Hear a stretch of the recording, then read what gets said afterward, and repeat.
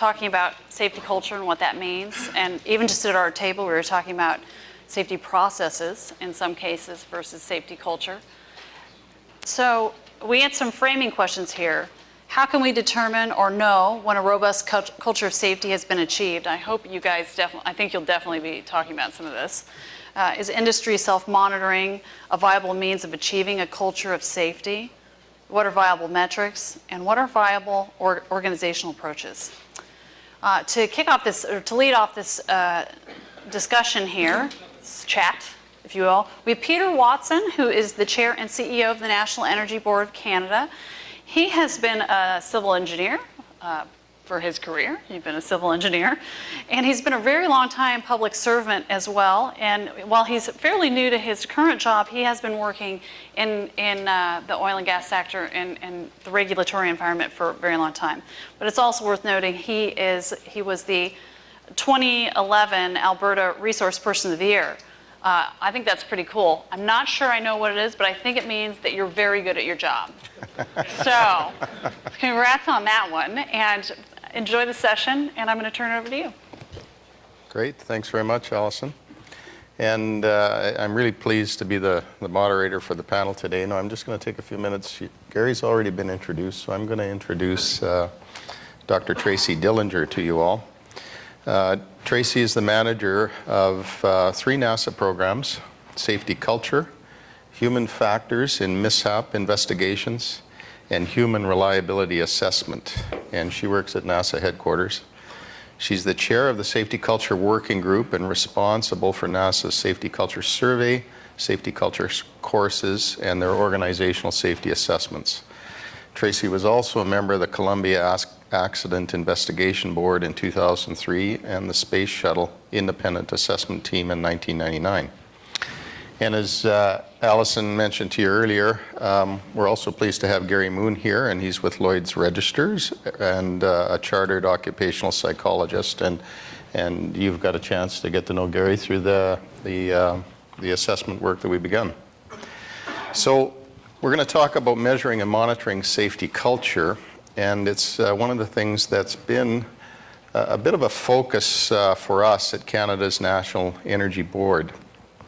And even though I'm relatively new to the board has been doing some work with other regulators across North America for a number of years now. And I'm pleased to be stepping into an organization that has spent a lot of time working on this, trying to learn how we can conduct our work as a regulator to help facilitate a positive safety culture in industry. So how have we defined safety culture? Our definition is that safety culture reflects the attitudes, the values, the norms, and the beliefs within which a group of people in your organization share with respect to risk and safety. And so again, as you've heard from a number of the speakers before, we're not talking about values and beliefs and slogans that are on your office walls or on your boardroom. We're referring to really the way things are done in your organization, day in and day out, and the attitudes of the people that are making decisions, allocating resources, and working together in teams in sometimes very hazardous situations to bring it about. We all know that investigations that have been conducted into catastrophic accidents in the past have really illustrated for all of us that culture, organizational culture, and the culture for safety really does have the power to trump the best intentions, the best strategy, the best management systems, and some of the best engineering and innovation that we apply to our activities. So in other words, there's often a gap between what we say we're going to do, what we design our processes to do, and then what we actually do. And that gap and some of the factors that influence that gap is really a huge vulnerability for us all in the industry. We all acknowledge that we work in an incredibly complex period of time today. Tremendous technology and innovation being advanced throughout the oil and gas industry. We know that we're facing new business pressures, new challenges within the industry, and we do that all within, some very complex and sophisticated organizational structures and supply chains, and at the same time having to deal with shifting societal expectations around management of risk and safety.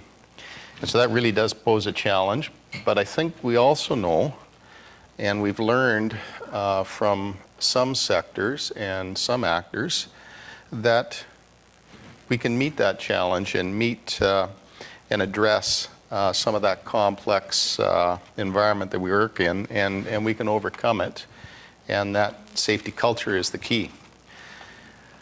I'm just going to say a few more words about the NEB's journey around safety culture, and I think it's fair to say that we're still very much in the beginning stages of our journey to support a positive safety culture and to help figure out how we can facilitate that within the industry regulate.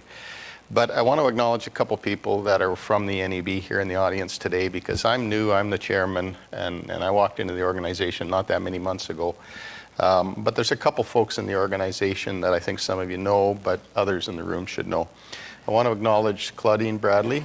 If you could stand up, Claudine. Claudine's our team leader for safety at the National Energy Board, and she's really been the steward of our efforts towards advancing safety culture in our organization, and she's played a critical role in the work of the NEB to date.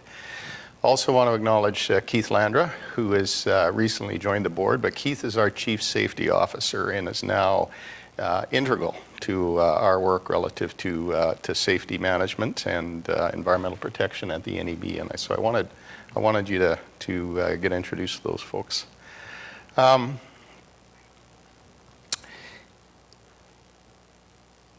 We've very much done our work at the NEB in partnership with other regulatory organizations across North America. And for us, it started a couple years ago where there was a meeting that was convened here in Washington amongst a group of regulators. And coming out of that discussion, and we were talking about how we could help each other and how we could work together in advancing this effort on safety culture. Just before I arrived at the National Energy Board, they released a statement on safety culture, and it included the definition I talked about. It helped articulate a framework for safety culture and identifying some of the cultural threats and defenses that we need to be aware of as we focus on managing our safety issues and promoting positive culture to deal with it. And we continue to work with that group of regulators across North America. Measurement and monitoring are very important to us, and we were able to work with that group of people to develop some guidance and tools, and we've completed some work in partnership with that group of regulators on a set of draft indicators, safety culture indicators, which support our perspective that it's possible to look at and get some indication, how you're doing at dealing with the cultural threats in your organization, and really how robust are some of the cultural defenses that your organization might be deploying to deal with some of those threats. And so we've done some tremendous work with other partners on sorting out what might those indicators look like. We have work to do with industry, because I think there's a perception automatically that these indicators are going to be a prescriptive list, going to become a prescriptive list of regulatory requirements that industry is going to have to meet, or a detailed action-oriented plan or audit protocol perhaps that we might implement when looking at safety culture in a company. And instead we're trying to facilitate the conversation that these things are of value not just to us as regulators, but to the industry and to other stakeholders in helping us understand the attributes of culture and the various stages of maturity associated with building a robust culture that has a focus for safety. And we really hope that if we can, bust through that perception of how we can work together on this, that it'll be a positive thing both for us as regulators as well as for our regulated industry, and will be useful in helping people advance their own safety culture initiatives.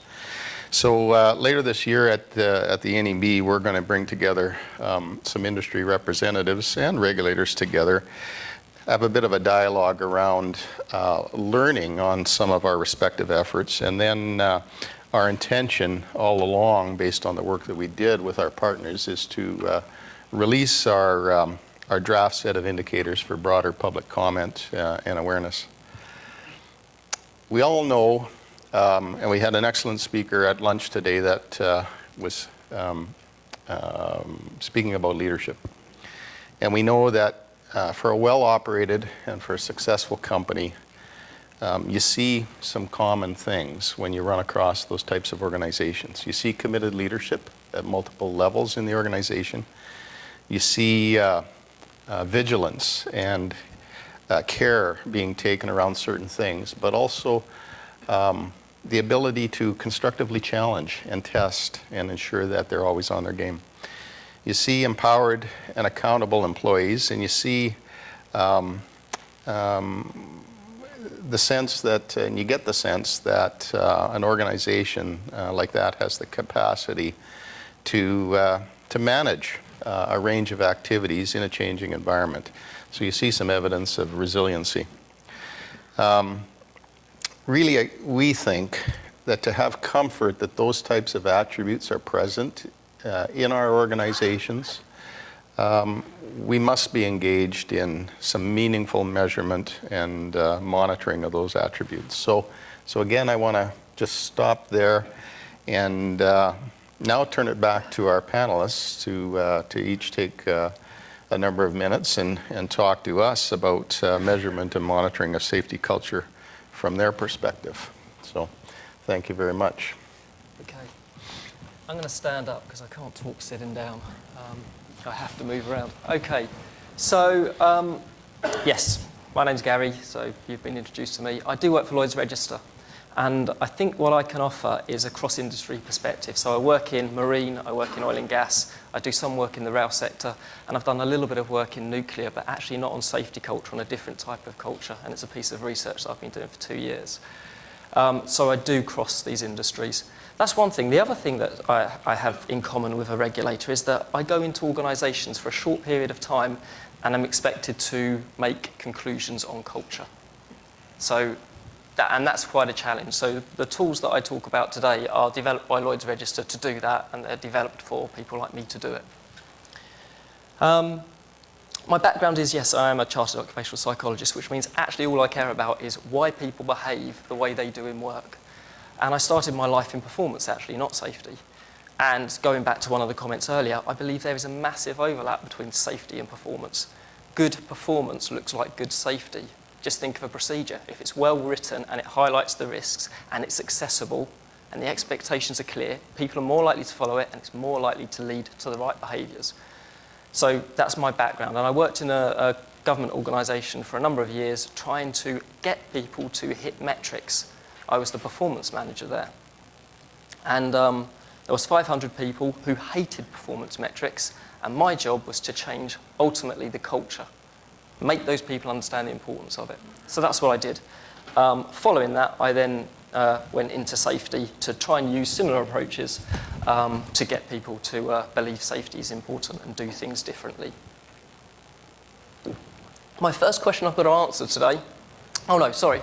So that I'll just take you into my world a little bit. I do work in the human factors team in Lloyd's, based in their London office. This is my human factors in a slide. I didn't know how many of you would know what human factors was. So I'm just going to explain it.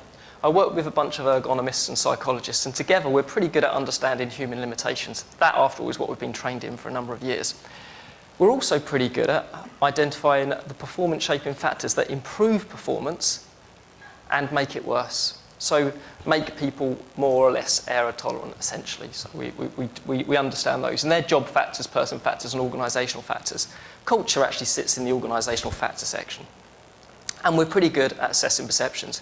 And the theory is, if we can assess those blue bits very accurately, we can predict behaviour. And we do it quite well. And if we can predict the behaviour, we can predict where people are going to make mistakes. And if we can do that, we can help organisations either prevent the mistakes or mitigate them when they happen. That's human factors in a nutshell. We work in two areas. We work when an incident's happened, or with our more mature clients, we help them before they've had an accident to improve safety, or when they've got a particular defect. So, for example, engineering defect for a critical piece of equipment, they can't change it. It requires human performance, so human reliability.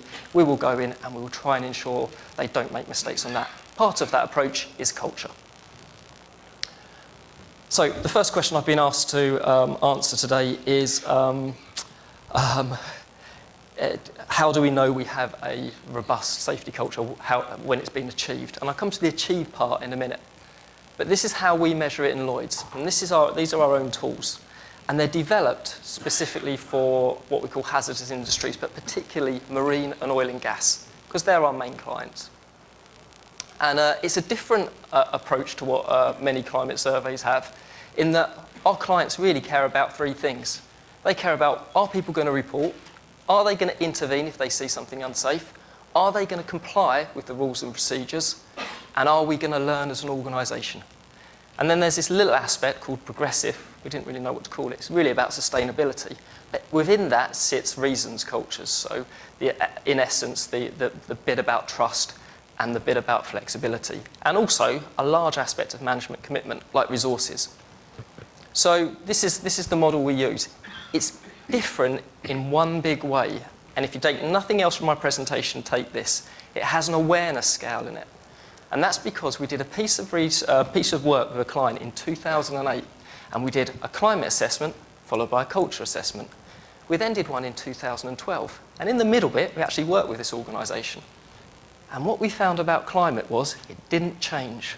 We thought, that's a bit weird. We spent loads of time with this organisation.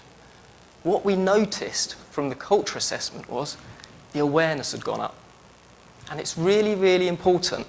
And it's a real worrying trend that I find with climate surveys, that if you don't know who you're asking or what their level of risk assessment and risk understanding is, you can't interpret what the actual climate assessment means. And the best example I can give you, if I show a picture of a Rottweiler to a little child who has a positive experience of dogs and say, do you want to go and play with it? They'll say yes. If I show it to a parent, they're probably going to go no. It's the awareness element that's really important. So we have an awareness scale built in, and we use that in a particular way. We use it for our culture assessment. This is climate, it's not culture. And a lot of people say climate assessments are assessing culture. They're not. They're assessing climate, a snapshot in time. And it's very important when you do your climate assessments. If you do them after you've just made 1,000 people redundant, this is going to be really useless. Everyone's going to be negative. So when you do them is very important. But what we use it for, primarily, is to find the two groups that are green, performers and realists. Performers have good awareness, and they're saying everything's good. Realists have good awareness, and they're saying there's room to improve. And what we're doing with those two groups is we're looking for the difference between them. And the difference is artefacts. And that brings me on to our second model, which is organisational integrity, of which culture is a big, big part. This is a human factors model.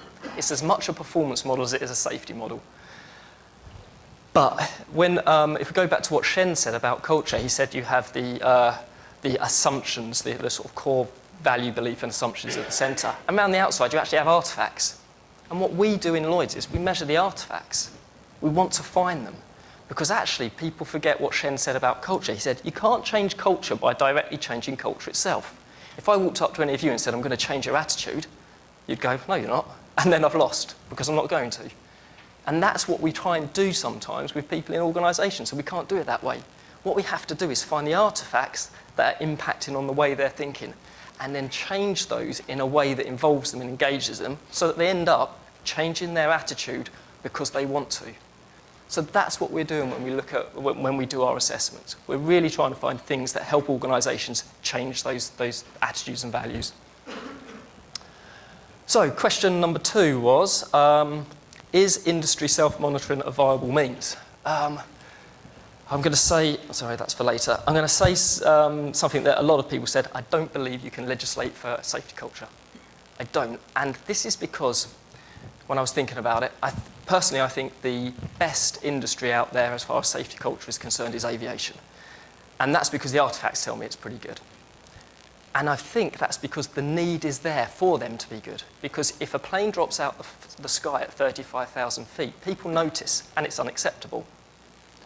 If it crashes on landing or takeoff, it's unacceptable. That's why they have very good maintenance systems, and that's why they have very good training for pilots. It's need. Why do I think that they're particularly good? 2 minutes. Have I had 15? Yeah, sorry. Okay. So yeah, hopefully I've got a few more minutes. Where was I? I was on aviation, wasn't I? Yes, aviation. So yeah. So if you look at the artifacts, one of the best artifacts of that aviation takes safety seriously is cruise auto management. Not that they've got it, not that it's really good, but the fact that it's across the industry. That's what tells me they take safety seriously. The incident learning that was mentioned yesterday, that's what tells me they take safety seriously. And I don't see the same level of that engagement within oil and gas. And that's a shame. So going back to what regulators can actually do, I think they need to look at learning, and I think they need to facilitate the industry to learn across it. And I think there's a problem with that. I think that the way we look at data actually impacts on that. So near-miss reporting isn't seen as a positive by everyone. So having lots of near misses is actually by some seen as a negative. Where actually I'm working in organisations where I'm training people in human factors analysis, error management, so that they know if they leave that valve on, even in the wrong position, even though it's not a safety critical system, the question I want those guys asking and raising within their team is, why did we leave that in the wrong position? It wasn't a safety critical system, but could it have been? Raise it as a near miss, investigate it just very quickly, but learn from it. So lots of near miss reporting actually to me indicates a mature culture, whereas regulators might see that as a risk. And that's the battle that operators and regulators have. So my next question was, what are viable metrics? And as the performance manager, as I said, of an organisation, I could get all of my team. We went from one of the worst in the country to the second best in the country. And we did it by hitting metrics. And I could get 500 people to hit metrics pretty well with new metrics within about 6 months. It wasn't always the right way to do it. Okay, this is the danger with metrics. If you set them, people will achieve them. But it's the intent that's important. And we heard that word earlier, the intent and the quality by which we go about doing things that tells us the real culture. The other problem with metrics, this is an extract from the Baker report. I'm just going to edit it. Okay, just so that we can read it quickly. The real problem here is that they were looking at metrics, but they said occupational safety metrics told them that they were good with process safety. That's false hope. That's dangerous. And the trouble is, we all think, why did they do that? But we're all prone to something called confirmation bias. If we want to believe something, we will find the evidence that tells us it's true. And we do that at an individual level, and organisations do that. Metrics are a little bit dangerous. So I'm not a huge... I mean, I believe you need them, don't get me wrong, but I don't believe they should be targets as far as safety goes. There are good metrics. So there's a report by one of our competitors, ABS, and Lamar University in 2012 that came up with one metric that I was very interested in, actually, and it was correlated to both total recorded incident frequency and restricted work accident frequency over a 1 year and a 2 year period, which was quite impressive. But it was only for marine, and it was only for one company, so you have to take it with a pinch of salt. But it was the percentage of incidents that had led to a formal root cause analysis. The reason I was interested in that is because it ticks my 3 boxes. Box number 1 is management commitment. To be that committed, the management must be committed to actually invest in root cause analysis on incidents at that level. Number 2 is learning, because learning is the biggest part of safety. Yeah, we don't get better if we don't learn. And that's a learning system that they're trying to improve. And the third one is complacency. We heard that word earlier. Complacency is the real danger out there. And you're not complacent if you're gonna invest money and time into investigating those incidents. So I thought that was a really good metric. There are loads of them. Google them if you want to find what metrics. I'm sure you all have. But as soon as you set them as a target, they become worthless. If you set 50% of your incidents to investigate with a root cause analysis, you'll hit that. People will hit it. But what they will do is redefine what root cause analysis is. Do it in 2 minutes. Stick it on the back of a postage stamp and say, we've done it. Here we go. So as soon as you make it a target, it's worthless. The last question I've been asked to do, thank you, is what are valid organisational approaches? And I think what I've explained valid organisational approaches. Climate surveys, take them with a pinch of salt, make sure you've got an awareness element with them, but they're good every couple of years just to get that sort of understanding of what people's attitudes are. It tells you what people think. It doesn't tell you why they think it, and that's a really big difference. Have someone in-house who is responsible for culture. That's what actually I've taken away from this conference. It's really nice that these positions exist in companies where someone is responsible for culture, because they're the ones that are going to find the right metrics, monitor what's happening, and ensure, hopefully, they don't become targets. And they can do the investigations. And the third thing is, get someone independent periodically, 4 to 5 years, to check that your assumptions you're making about your organisations are the right ones. And that's because I worked in, as I said, in a company as a performance manager for a number of years. And after a few years, I am the culture. I hold the same biases that everyone else does. So when we had an auditor come in and he went, why is this going on? I was like, I don't know. But you're right, it's not normal, but I needed that pair of fresh eyes to help me see that. So that's my sort of introduction to culture and metrics. Thank you.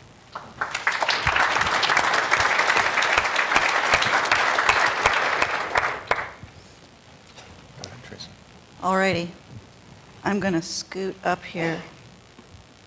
See, I'm moving everything around.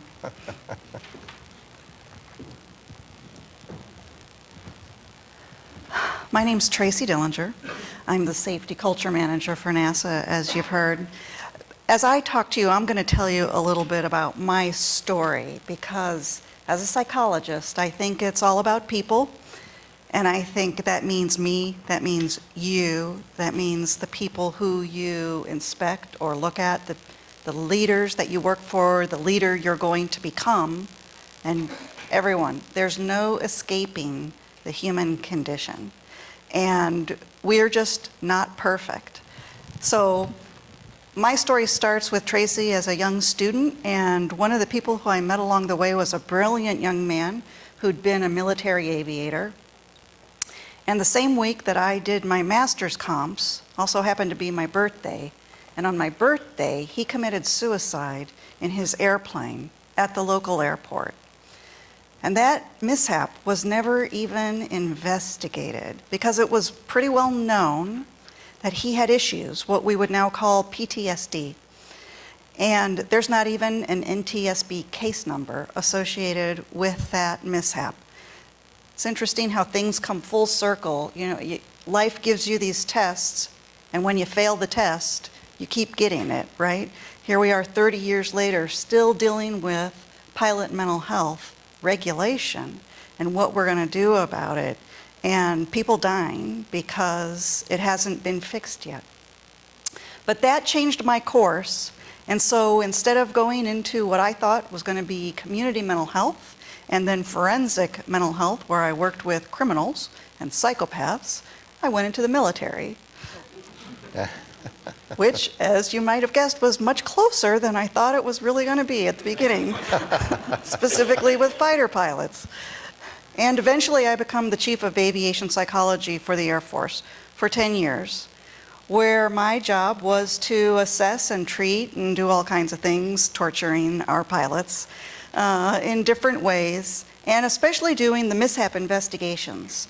And over time, as an investigator, if you're halfway bright, you can get pretty good at that. Until one day I was standing in front of a 4-star. All of our fatal briefings get briefed at the Pentagon. The owning, convening authority 4-star has to be there. And the squadron commander, the owning leader, has to be there also in front of the 4-star to do the walk of shame. And of course he says, if only I'd known that was going on in my organization, I would have stopped it. So that led to the development for me and a team of a process that we call organizational safety assessments. And it's a way of going into an organization and doing a top to bottom look.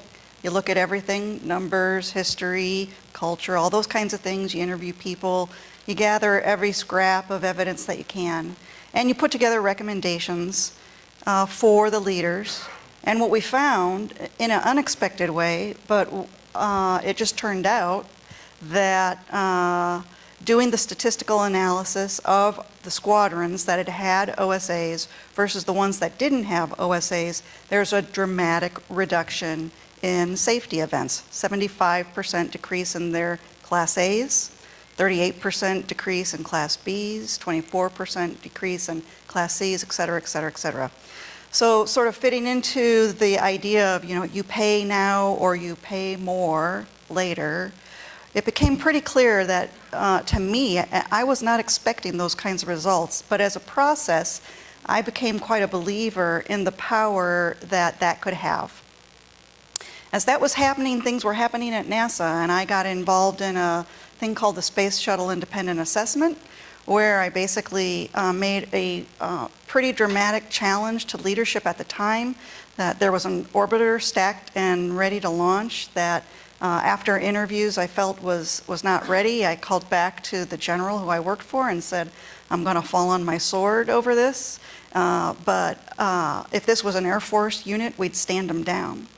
And so we made them push back a little bit and go back and look, despite all of the cries of millions of dollars a day and things like that. And what they found was multiple single-point failures that had that orbiter launched, it wouldn't have survived. Well, of course, that scared everybody, right? Which is kind of good, because hubris is the unintended outcome of success. And so they looked, and people got more careful. And 2 years later, 2.5 years later was Columbia. I end up on the Columbia Accident Board. By then, I'm Colonel Dillinger, and the Chief of Safety for NASA and I started having longer discussions about NASA's safety culture and how was the organization really going to embed as a process that somebody owned, not multiple pieces and parts out, and that changes each year depending on the contractor, but there would be ownership at the top with leadership that would be monitoring and responding to indicators about safety culture. Thus, I come to NASA. And so what we've got, remember this slide, but we're going to go actually to the next slide. I only have 2 slides, so you should be really happy about that. So I go to NASA. You should know, of course, NASA, the basics about NASA. 17,000 civil service contractors, roughly, any given day. About 4 times that many contractors. So the ratio of government to contractor is about 4 to 1. There are 10 major centers with a couple of other smaller organizations belonging to some of those centers, like Johnson has a couple of White Sands, and Wallops belongs to Goddard, and we have different organizations that are matrixed in different ways, but 10 big centers. So, and it's a highly, highly matrixed organization who has decided and who has promoted that as their core values, there are 4 core values that this is training that every employee takes and is supposed to be instilled, the 4 core values: safety, integrity, teamwork, and excellence. I'm glad I remembered all 4 of those. I have to take my training again. And so as a fundamental, safety is the verb. The idea was it's a modifier. It's not the mission. The mission is exploration, technology, engineering, and those kinds of things. But it's done safely. So that's the foundation. Using Reason's model, we sort of built on that and went into a 5-factor model that talks about a reporting culture. That means formal and informal. That also means anonymous reporting, because even though we try to do our best at hiring great people and promoting great people, sometimes performance isn't what we want, and that could be for all kinds of reasons. Just like in the military, sometimes a commander is deployed, and for 6 months, he's gone for 6 months, he comes back to the squadron, and people have changed over. And so there's all kinds of reasons why people and processes fail, but it's important to have an anonymous system where people can be heard. The other part is about, I'm going to stand up here just to highlight, these are the rungs embedded in the DNA of what we are hoping people will take away. Embedded in the rungs will be a reporting culture. Second rung is a just culture. You've all heard about that. And that started mostly as a don't shoot the messenger kind of thing when people talked about just culture. Don't punish people for speaking about safety. But more than that is really a clarification of expectations.